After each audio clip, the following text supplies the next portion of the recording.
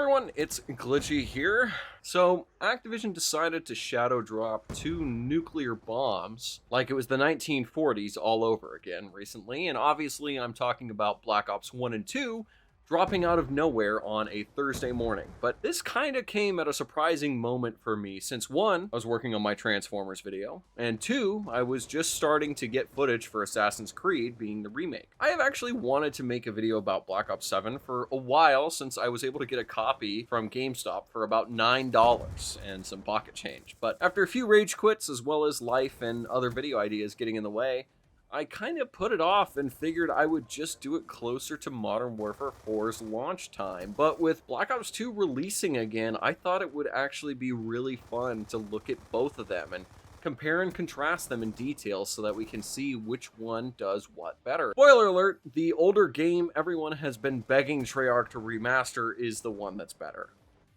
And honestly, I really wanted to start with the story of each game, since I actually have plenty of experience playing Black Ops 2's story, but quite frankly, I don't want to play Black Ops 7's story, since the entire thing was basically AI generated. The cutscenes, probably the script, probably the models too, it just kinda reeks of laziness, and the actual way you play it is just also extremely lazy as well, since you're just playing on the newest Warzone map and running around doing objectives. Plus, from what I've seen, there are plenty of missions where you're just on maps from multiplayer, which isn't strange for COD anymore, but it's literally just the small face-off maps that don't have any substance at all. It also doesn't help that the AI-generated story just blows unbelievably hot ass. Unlike anything I have ever seen before. You got Skibbity Woods and Giant Harper, the lady with bionics that just acts like Gen Z representative number 3. It all just looks so boring. All of it was just thrown into Chat GPT and spat back out so that they could nostalgia farm absolutely anyone who has a slight love for Black Ops 2. It's embarrassing, especially since last year's campaign was pretty good in my opinion, but apparently Activision didn't really learn their lesson last time, where Modern Warfare 3 had the exact same style of campaign and it was critically panned off the bat. And not even IGN was able to be paid off to recommend this slop. The entire community laughed their asses off because this was the first sign that this year was really going to be fun to be a COD hater. But since we're supposed to be comparing Black Ops 2 and Black Ops 7, here's what Black Ops 2 does better. Everything. For one, it wasn't possible for the game to basically be hand-fed to the developers with AI, so the writing actually had to be done by people. The levels aren't reused portions of a Warzone map because Warzone didn't exist. And the game couldn't use Black Ops as nostalgia bait because it was only the second game in the series. So it was a genuine continuation of the series instead of a soulless heap of garbage cosplaying as a Black Ops game. And Black Ops 2 takes place across two separate time periods, as some of the story is told as flashbacks through Mason's eyes during his time as a soldier, as well as Wood's memories, which directly ties to the modern day story because it is all framed as an explanation to Menendez's motivations to form and lead Cordestia in 2025. And these were all extremely different ideas for Call of Duty to run with back in the day, and Black Ops 7 doesn't even attempt to do anything on the same level. Another huge part of Black Ops 2 was that you could make branching choices either consciously or subconsciously during levels, and it would change the story in specific ways that you might not expect. Some of them being killing specific characters or completing specific missions in specific ways, or even failing objectives during missions. All of these would affect your story and would lead you down different experiences, making it so each player would have a unique way to see the story, as well as adding a whole new level of replayability in the campaign. Black Ops 7's attempt at replayability is just adding a new game mode that takes place after the story called Endgame, which just plays like a PvE version of Warzone, because that's what it is. And it's honestly just embarrassing. The only real reason to play the game mode is for a mastery camo, but I can't imagine how many people have actually gone and done this, since the entire community barely even goes for mastery camos, past some of the guns they might especially like. So let's be completely honest here. If we're scoring who's doing what better, Black Ops 2 has a genuinely memorable story that will make you actually want to play through it again to see what you can do differently. While Black Ops 7 has one story that forces you to play in a horrendous open world that doesn't make you think in any way other than when will this finally be over. If you're truly interested, go find your favorite creator, play through it on their YouTube channel, and watch that instead of playing it. So 1 point for Black Ops 2, absolutely nothing for Black Ops 7. Moving on to multiplayer, this is the main game mode I've spent the most time in on both games. And we can just start out with Black Ops 7, since there are actually a lot of unique things about it that I don't think it does better, I just think it does a lot differently to Black Ops 2.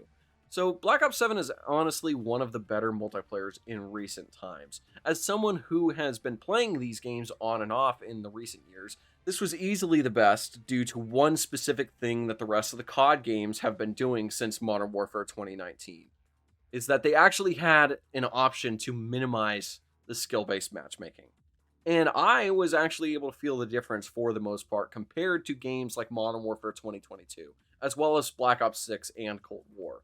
Being able to play games where I feel like it's an actual skillful experience where either I can find people where I stomp them or maybe have a mixed experience where I get stomped.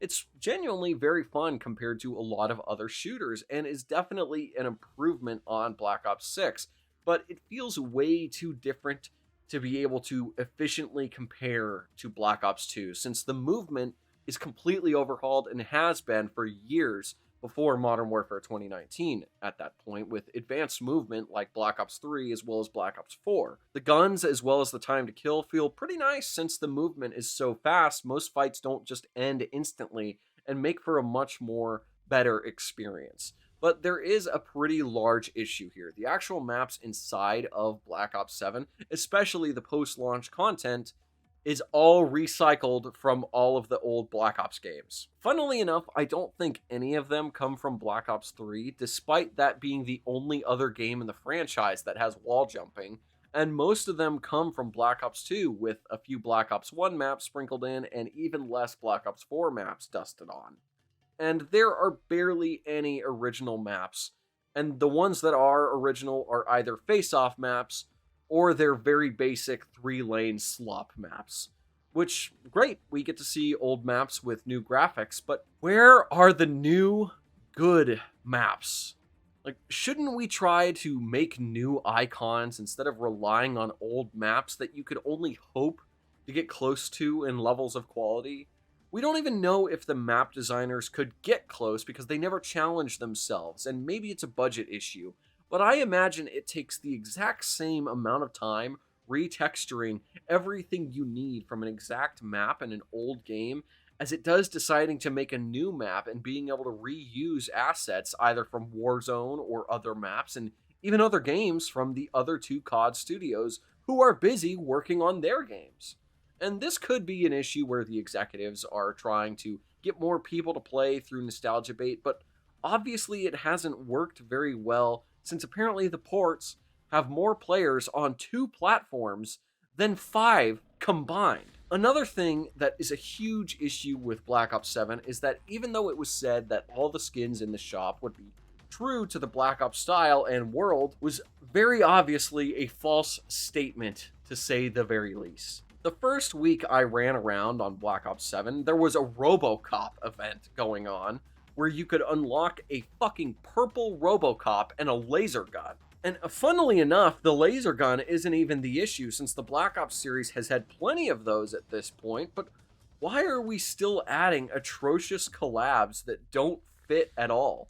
Can we not at least pick through these with a fine-tooth comb and not just accept money from whatever studio decides to get ChatGPT to make a contract for them?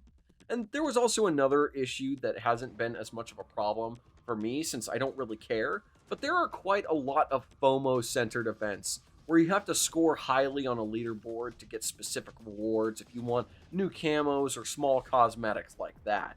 And I don't think there is a worse way to run events. It just seems extremely inefficient and unfair, which obviously is the point since they want it to suck as much as possible, but for a game that has apparently sold the worst in the series since World at War, you'd think the company wouldn't want to screw over as many of their remaining players as possible so that they leave to the competition or get a refund for the games if they decided to get it on Steam or from their local Walmart. And I also have seen plenty of people, on top of my own personal experience, have some of the worst connection and packet bursts on this game.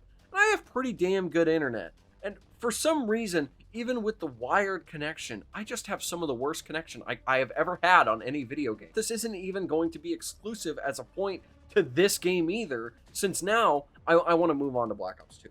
And Black Ops 2 multiplayer is honestly probably one of the greatest in the series, with basically everyone holding it in extremely high regard.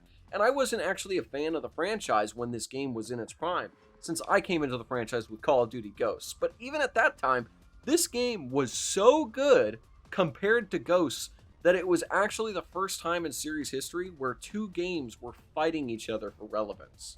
The servers obviously took a hit from everyone deciding to play Ghosts, but I distinctly remember a point where my friends actually told me to buy Black Ops 2 specifically because they weren't enjoying where COD Ghosts was at the time. And out of the two, I completely understand why. The balancing, as well as down to the kill streaks in Black Ops 2, were 10 times better than Ghosts, and it just seems like a complete downgrade at the time. But comparing this game to Black Ops 7 is also kind of difficult since they're just two completely different games with completely different feels. But even then, the numbers and the vibe of the two games speak for themselves. It's been leaked that the current ports of Black Ops 2 and Black Ops 1 have more players than every single version of Black Ops 7 combined, which I mentioned earlier. And back in the day, we actually used to be able to see the exact number, but since Activision doesn't want us to be able to hurt their feelings online anymore, they took that feature away. Which honestly has taken away from the vibe of the multiplayer lobby, which is still phenomenal, I might add. But being able to see all of the players across the world at any time just makes you feel a certain way. But now the world is just grayed out. It would almost take away from the sense of community if we didn't get the emblem maker back. This is the biggest surprise from these ports. The emblem maker being in this game today is actually just an extremely wild addition, since this world and its inhabitants have done nothing but get even more unhinged with history.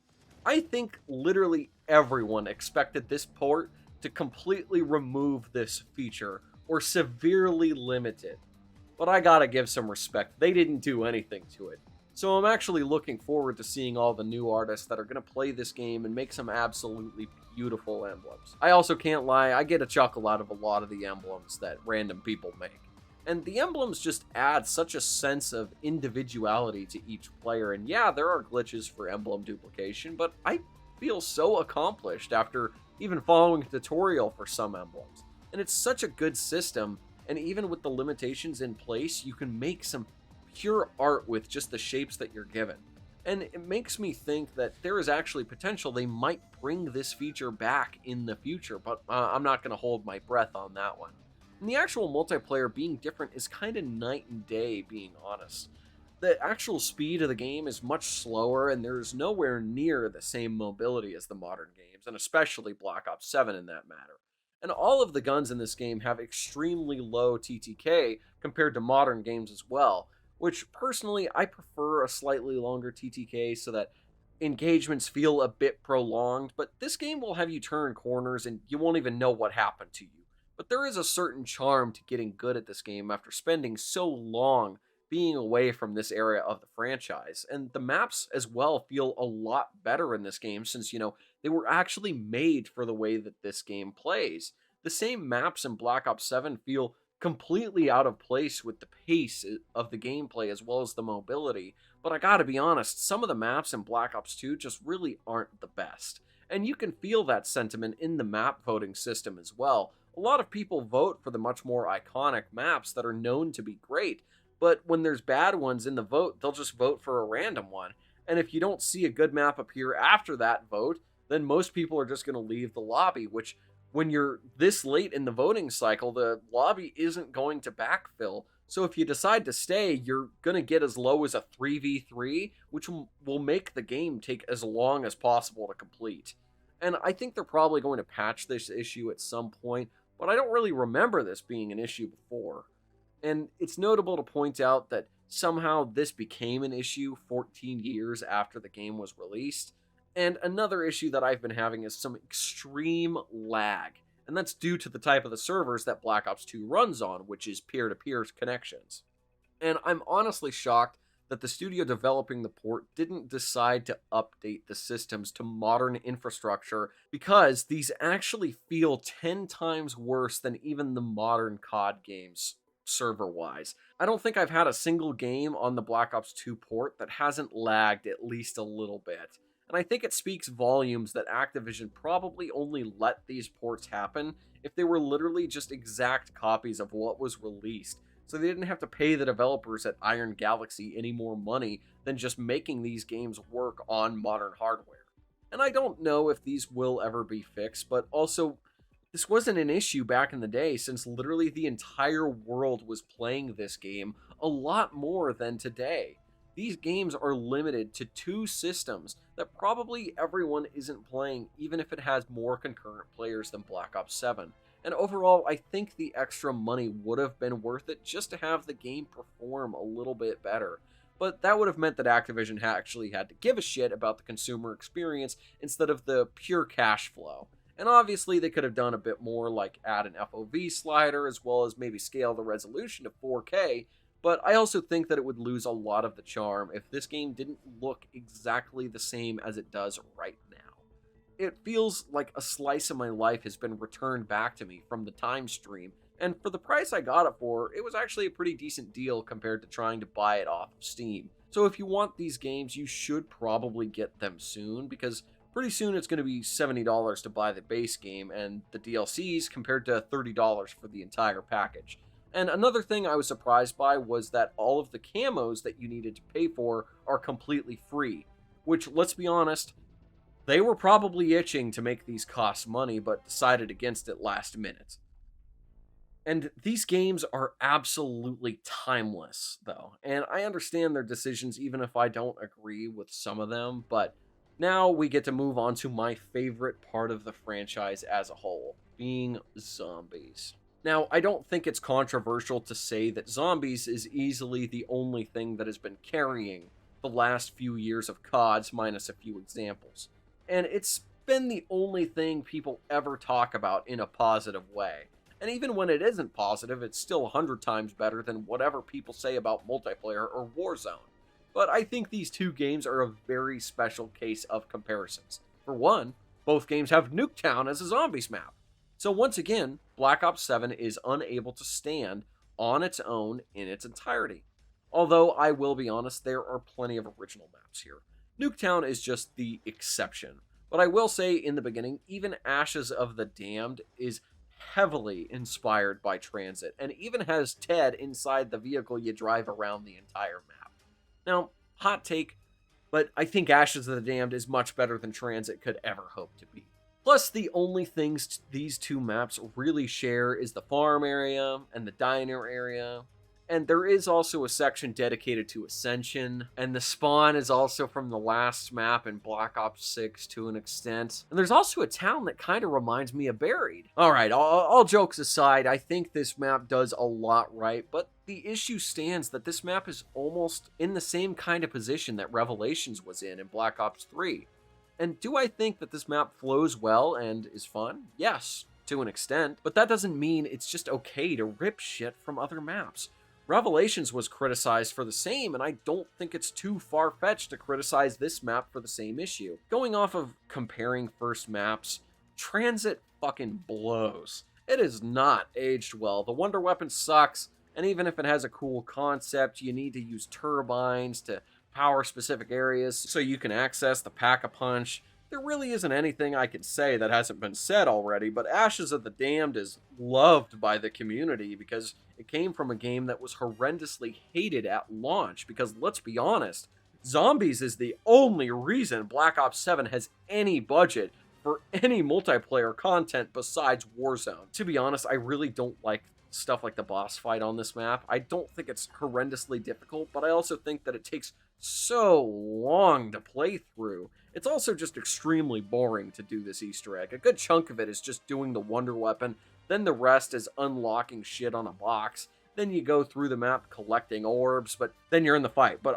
I want to be real, I don't want to go through each of these maps one by one, talking about which DLC did better and which didn't, because if we're talking the actual quality of the maps, then Black Ops 7 only really has one bad map, and that's Paradox Junction, which even with my personal feelings, the community as a whole doesn't seem to dislike it as much as I do. And they just wish that there was an actual map instead of Nuketown being used again. Plus, they actually do a really good job at making their own maps with their own iconic boss fights in Black Ops 7. And yeah, they reuse the characters from the past with a new spin, and it almost seems like they're going to be retreading all the old ground they possibly can while also pissing and shitting on the grave of the Aether storyline. But at least they're not going to be as lazy as they were with Black Ops 4 Aether maps, where instead of giving us a Great War map, they finally remade Call of the Dead with the Transit Crew. The way Zombies plays in Black Ops 7 is basically the same as it has been for a few years at this point. The same loop of getting salvage and basically just surviving as long as possible, and usually that consists of getting the wonder weapon of the map and training in one specific spot with meta weapons as well. And they have put much more of an emphasis on actually doing the Easter egg, with features like Directed Mode as well as Cursed Survival, where you can get a much more classic feel for zombies, while also being able to find relics that actually make the game much harder. But I think one of my main issues with Black Ops 7 is that past the wonder weapons and how you're getting to high rounds in the specific spots, not a lot of these maps have their own identity. Like, they're lacking specific traps as well as buildables in general, which Black Ops 2 has a much larger advantage of. Every single map had their own buildables and sometimes wonder weapons that you could get, which would change the experience entirely. Buried had the Paralyzer, which made it so you could fly around and even skip the maze if you wanted to near the Pack-a-Punch. The Soliquifier on Die Rise would make the ground slippery so you could create hazards for yourself and zombies. Origins had the Staffs, which all had their own quests and build paths you had to go on to even get them. Even Mob of the Dead had the Acid Gat and the Blundergat, one of which being a utility weapon that almost served as a replacement for the Monkey Bomb, and the Blundergat was just a really good shotgun.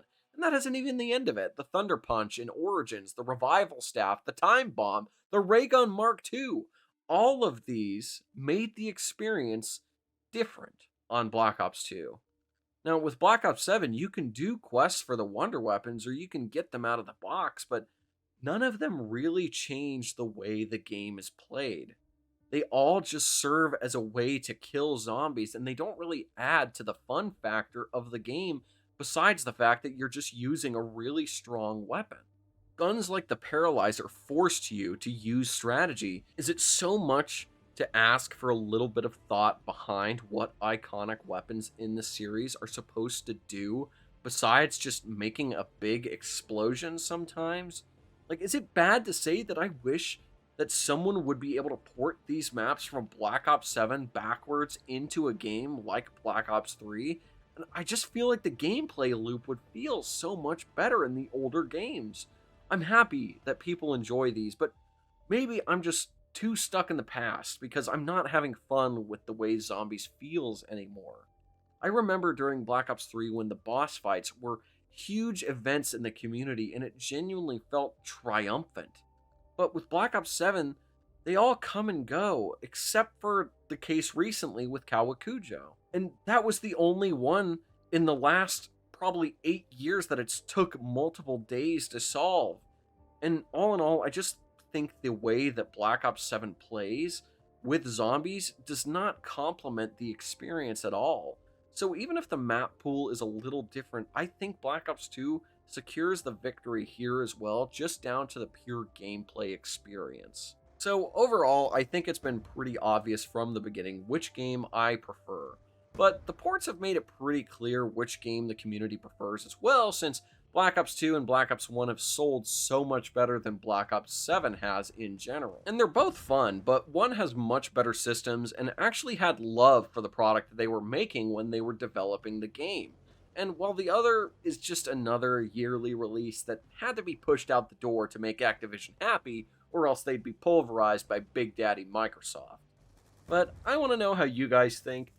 Did you guys buy either of the ports for PlayStation, and how do you feel about Black Ops 7 as the latest game in the series? Let me know down in the comments below, and if you'd be so kind, please like and subscribe, as it really helps out the channel. I'll catch you guys in the next one. This is Glitchy, signing off.